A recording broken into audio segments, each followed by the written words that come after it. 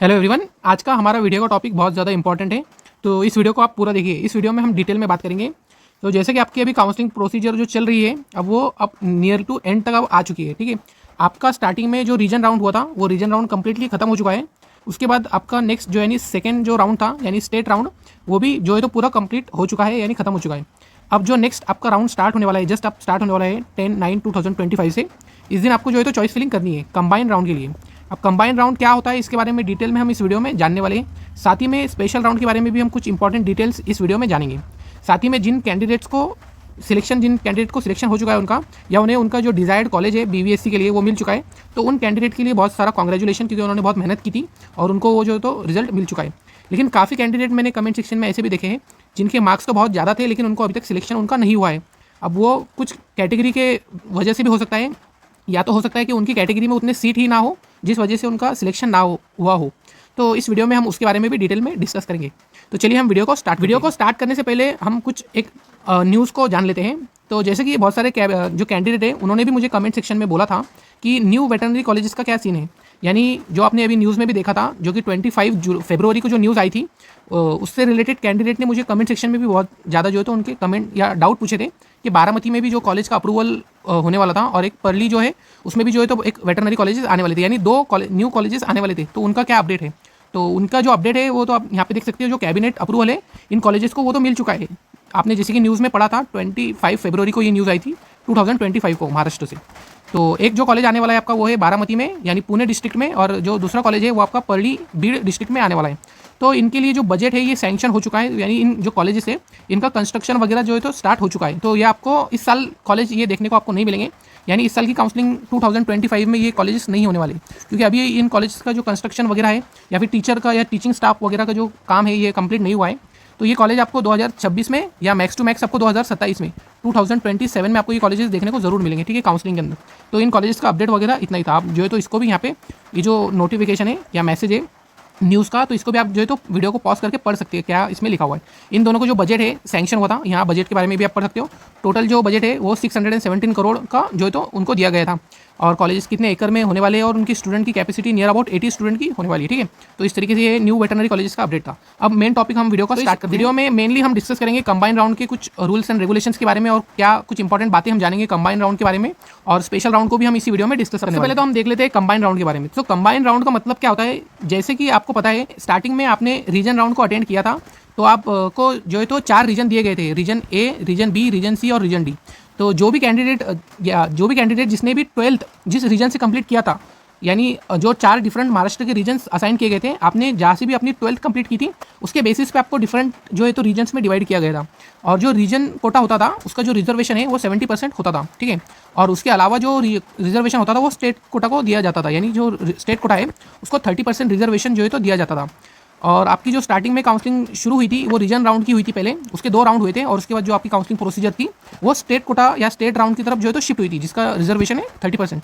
अब आपकी reason round और स्टेट राउंड दोनों की जो काउंसलिंग प्रोसीजर है वो खत्म हो चुकी है। अब उसके बाद जो आपकी काउंसलिंग प्रोसीजर स्टार्ट होने वाली है वो है कंबाइंड राउंड की, जिसमें रीजन और स्टेट राउंड दोनों आते हैं। यानी आप मान सकते हो कि यहाँ पे आपको रीजन राउंड और स्टेट राउंड दोनों ही देखने को मिलेंगे, लेकिन इसमें भी सारे जो है तो सीट आपको देखने को नहीं मिलेंगे।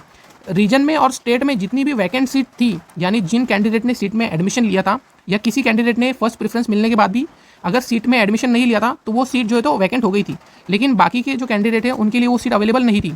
तो वो जो सारे सीट है या फिर जिन भी कैंडिडेट ने एडमिशन कैंसिल किया है, वो जितने भी सीट वैकेंट रह गए थे या फिर किसी वजह से उनको कैंसिल कर दिया गया था, वो सारे के सारे जो सीट है आपको वो कंबाइंड राउंड में देखने को मिलेंगे। तो कंबाइंड राउंड को जो है तो वैकेंट सीट भी जो है तो यहाँ पे आपकी जितने भी रीजन राउंड के और स्टेट राउंड के वैकेंट सीट है ये आपको कंबाइंड राउंड में देखने को मिलेंगे। ठीक है, साथ ही में जो कैंडिडेट का सिलेक्शन कंबाइंड राउंड से होता है, तो अगर वो कॉलेज को अलॉट नहीं करते हैं, अगर जिन भी कैंडिडेट का अगर सिलेक्शन हो जाता है और सिलेक्शन होने के बाद भी अगर वो कॉलेज को क्या जो है तो रिपोर्ट नहीं करते हैं, देन वो जो है तो इस राउंड से जो है तो काउंसलिंग प्रोसीजर से भी बाहर चले जाएंगे। साथ ही में जो कैंडिडेट वेटिंग लिस्ट में है, यानी आप मान सकते हो कि आपकी जो कंबाइंड राउंड है इसमें अगेन आपकी एक वेटिंग लिस्ट भी आने वाली है। ठीक है, तो जो कैंडिडेट को सिलेक्शन होने के बाद भी अगर वो कॉलेज को रिपोर्ट नहीं करते, जो भी उनको डेट और टाइमिंग दिया जाता है, देन उसके बाद वेटिंग कैंडिडेट की लिस्ट जो है तो रिलीज़ होंगी, और वेटिंग लिस्ट में अगर आपका नाम आता है देन आपको उस कॉलेज में जो भी कॉलेज में आपको कहा गया है जाने के लिए, देन उस कॉलेज में आपको जो है तो रिपोर्ट करना है। तो इस तरीके से आपकी वेटिंग लिस्ट भी इस राउंड में अगेन पब्लिश होने वाली है। साथ ही में अगर हम बात करें कट ऑफ की, तो cut off generally combined round का कम ही होता था एज़ कम्पेरेटिवली स्टेट राउंड के मुकाबले में, क्योंकि यहाँ पे आपके जितने भी वैकेंट सीट होते थे तो वो सारे अवेलेबल होते थे, वहाँ पे आप जो है तो पार्टिसिपेट कर सकते थे काउंसलिंग प्रोसीजर्स के लिए। लेकिन इस बार काउंसलिंग में काफ़ी कैंडिडेट जो है तो एडमिशन ले रहे हैं, तो हो सकता है कि इसका कट ऑफ जो है तो डाउन जाने के बदले में जो है तो हाई भी हो सकता है, ठीक है। तो ये डिपेंड करेगा कि कितने कैंडिडेट जो है तो कंबाइंड राउंड में पार्टिसिपेट करते हैं और कितनी सीट वैकेंट रहती है। अगर सीट यहाँ पे अगर सीट कम वैकेंट होती है, यानी अगर मैक्सिमम कैंडिडेट ने रीजन राउंड और स्टेट राउंड में अगर एडमिशन ले लिया है, देन आपका जो कट ऑफ है वो डाउन नहीं होगा, ठीक है। कट ऑफ डिक्रीज नहीं होगा, बल्कि जो है तो कट ऑफ इंक्रीज हो जाएगा, क्योंकि यहाँ पे आपके नंबर ऑफ वैकेंट सीट कम रहेंगे, जिस कारण से कंबाइंड राउंड में जो है तो कम सीट पार्टिसिपेट करेंगे, और जिस कारण से आपका जो कट ऑफ है वो कट ऑफ अगेन जो है तो इंक्रीज कर जाएगा।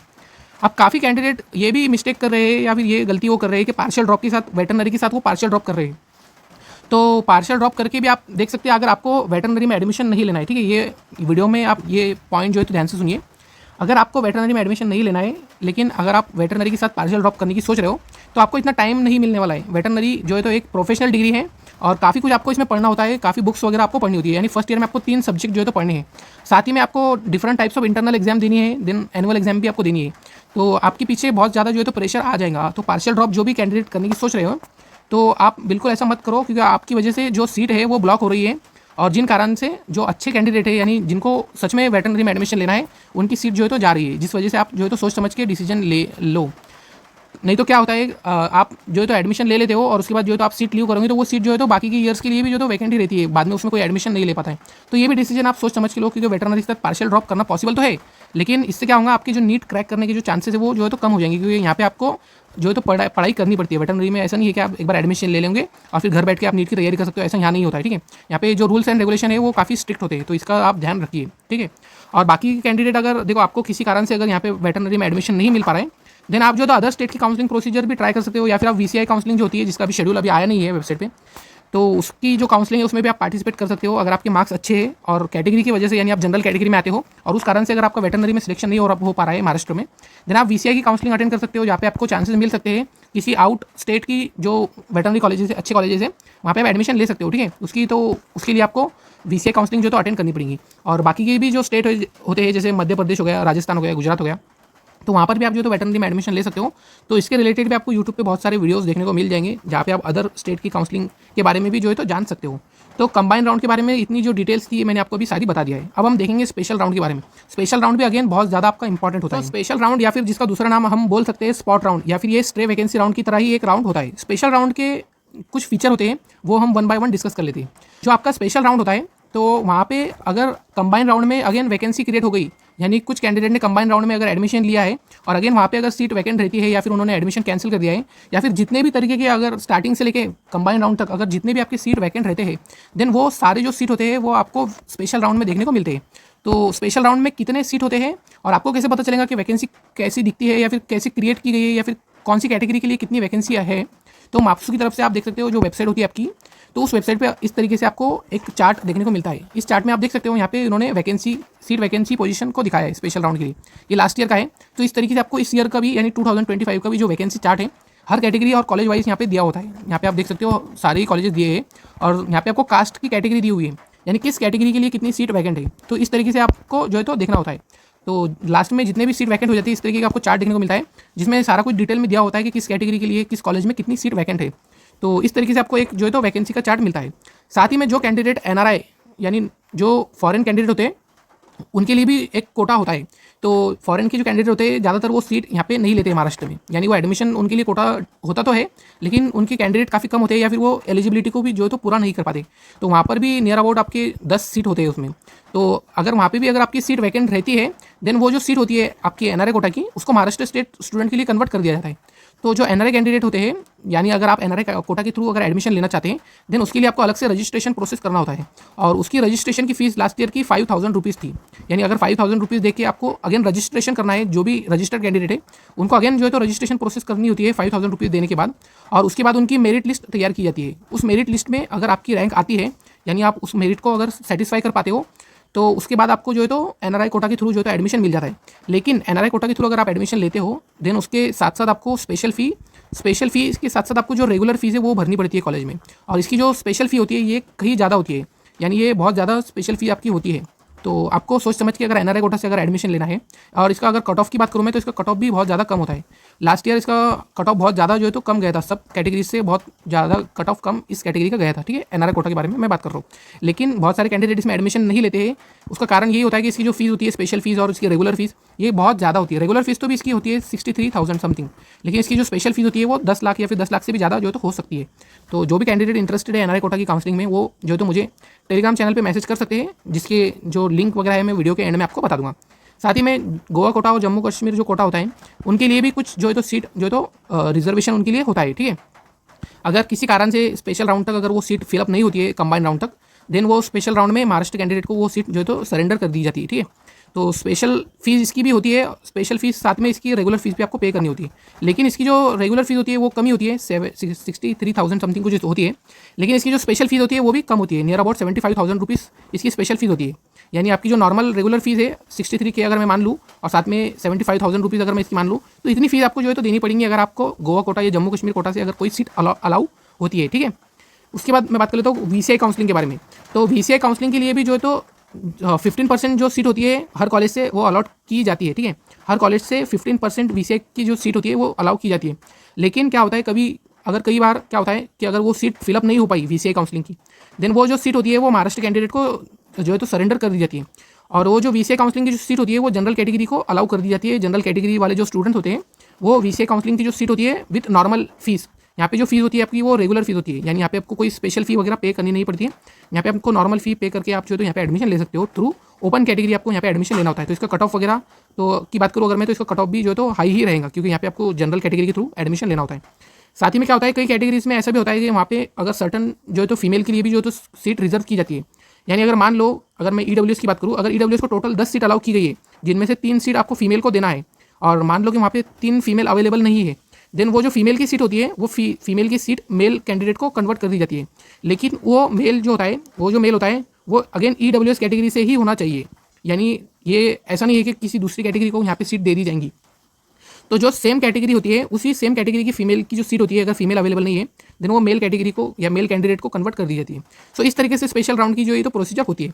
अब सबसे इंपॉर्टेंट बात यहाँ पे ये है कि जो आपकी स्पेशल राउंड होता है, ये स्पेशल राउंड आपका ऑनलाइन नहीं होता है। यानी जो आपका स्पेशल राउंड होता है, ये बाकी राउंड से स्पेशल इसीलिए होता है क्योंकि ये स्पेशल राउंड ऑनलाइन नहीं बल्कि ऑफलाइन होता है। यहाँ पे आपको ऑफलाइन जाना होता है। ऑफलाइन जाने के बाद इस तरीके से आपको यहाँ पे जो इमेज दिख रही है, इस तरीके से यहाँ पे ऑफलाइन आपको जाना होता है।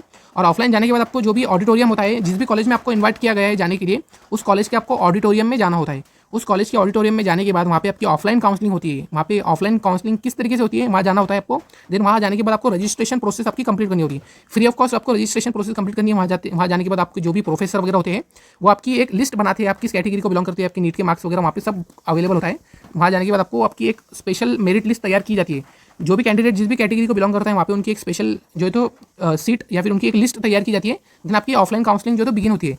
देन 1 बाय 1 जो है तो वो वहाँ पे ऑनलाइन प्रोजेक्टर पे आपकी जो डेटा वगैरह है वो शो किया जाता है, और उस हिसाब से जिस भी कैटेगरी में जितने सीट अवेलेबल है और जितने कैंडिडेट वहाँ पे अवेलेबल है उनकी देन मेरिट लिस्ट तैयार की जाती है। और अगर आपका मेरिट में अच्छा नंबर आता है देन उस मेरिट के अकॉर्डिंग आपका वहाँ पे सिलेक्शन होता है।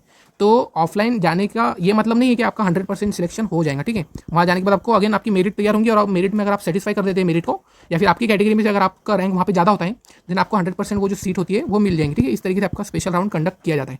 तो स्पेशल राउंड के बारे में भी ईच एंड एवरी डिटेल हमने इस वीडियो में बात किया है, किस तरीके से होता है, सारी वैकेंसी कब क्रिएट होती है, एनआरआई क्या होता है, Goa Jammu Kashmir VCI female candidate की मेल कैंडिडेट को सीट कन्वर्ट कर दी जाती है। तो सारा कुछ हमने इस वीडियो में बात किया है, ठीक है।